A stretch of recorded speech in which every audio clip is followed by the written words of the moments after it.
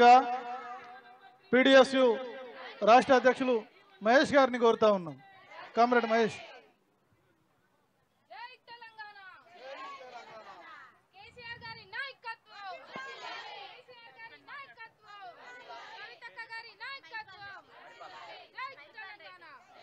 జై తెలంగాణ.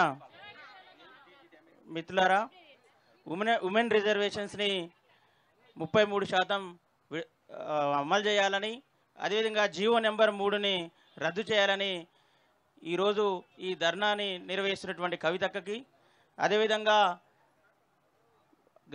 గతంలో పీడిఎస్ విద్యార్థి ఉద్యమంలో పనిచేసి ఇప్పుడు జాగృతిలో పనిచేసినటువంటి సత్యక్కకి, మాకు ఉద్యమ పాఠాలు నేర్పినటువంటి గౌతమన్న, ఇంకా అనేక మంది విద్యార్థి ఉద్యమ నాయకులు, తెలంగాణ ఉద్యమంలో పనిచేసిన నాయకులు అందరూ కూడా కనబడుతూ ఉన్నారు.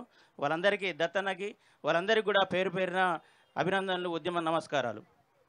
మహిళకి తోడ్పాటుని ఇవ్వడం అని అంటే ఈరోజు ఒక సమాజానికి తోడ్పాటుని ఇవ్వడం, మనకు మనం తోడ్పాటును అందించుకోవడం అని చెప్పేసి పీడిఎస్ విద్యార్థి సంఘంగా మేము భావిస్తూ ఉన్నాం.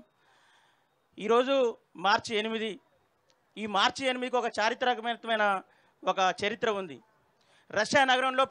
రష్యా దేశంలో పెట్రోగ్రాడ్ నగరంలో 140 మంది మహిళలు తమ హక్కుల కోసం, తమ అంటే సమాన పనికి సమాన వేతనం ఇవ్వాలని చెప్పేసి, అంటే పురుషులతో పాటు సమానంగా మాకు కూడా వేతనం ఇవ్వాలని చెప్పేసి, పని గంటలు తగ్గించాలని చెప్పేసి చారిత్రాత్మకమైన పోరాటం చేసిన రోజు ఈ మార్చి 8. ఈ మార్చి 8 రోజే మళ్ళీ మన హక్కుల కోసం పోరాటం స్టార్ట్ చేయడం అంటే ఇది ఆషామాషి వ్యవహారం కాదని చెప్పేసి మేము భావిస్తూ ఉన్నాం. అదేవిధంగా మార్చి 10వ తారీఖు సావిత్రిబాయి పూలే గారి వర్ధంతి కార్యక్రమం కూడా ఉంది.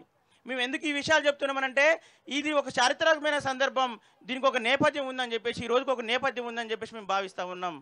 కాబట్టి ఈ ముఖ్యమంత్రి అనేకమైన మాటలు చెప్పిండు, అనేకమైనటువంటి హామీలు ఇచ్చిండు, అదేవిధంగా యువతకి, విద్యార్థులకి, మహిళలకి ముఖ్యంగా అనేకమైన హామీలు ఇచ్చిండు. ఈ హామీలన్నింటినీ కూడా నెరవేర్చాలని చెప్పేసి మేము ఈ సందర్భంగా డిమాండ్ చేస్తూ ఉన్నాం. కాబట్టి ఈరోజు ఈ మహిళలకి ఏవైతే ఈ రోస్టర్ విధానాన్ని పాటించాలని చెప్పేసి, అదేవిధంగా ఉద్యోగాల్లో ముఖ్యంగా మహిళలకి న్యాయం చేయాలని చెప్పేసి ఎంతోమంది ఈరోజు ఆడబిడ్డలు మళ్ళీ అదే ఉద్యమాన్ని మళ్ళీ స్టార్ట్ చేస్తున్న పరిస్థితి ఉంది. కాబట్టి వాళ్ళందరికీ కూడా న్యాయం చేయాలని చెప్పేసి మేము డిమాండ్ చేస్తూ ఉన్నాం. ఏదైనా మనం చేసే పనిలో నీతి నిజాయితీ ఉండి దాంట్లో న్యాయం ఉంటే దానికి తగినటువంటి సమిష్టి ఒక ఉద్యమాన్ని ముందుకు తీసుకుపోతే, అదేవిధంగా ఒక సమర్థవంతమైన నాయకత్వం ఆ ఉద్యమానికి ఇస్తే అది ఖచ్చితంగా సక్సెస్ అయింది. మనం చేసే ఉద్యమంలో నీతి ఉంది, నిజాయితీ ఉంది, న్యాయం ఉంది, సమర్థవంతమైన నాయకత్వం ఉంది. ఐక్యంగా ముందుకు పోతే మనం ఖచ్చితంగా మనం విజయం సాధిస్తామని చెప్పేసి మేము భావిస్తూ ఉన్నాం. ఈ అవకాశం ఇచ్చిన మీ అందరూ కూడా పేరు పేరున ధన్యవాదాలు తెలియజేస్తూ, ఖచ్చితంగా రేవంత్ రెడ్డి గారు ఈ విషయం మీద ఆలోచించాలి, జీవో నెంబర్ 3ని రద్దు చేయాలని చెప్పేసి మేము డిమాండ్ చేస్తూ ఉన్నాం.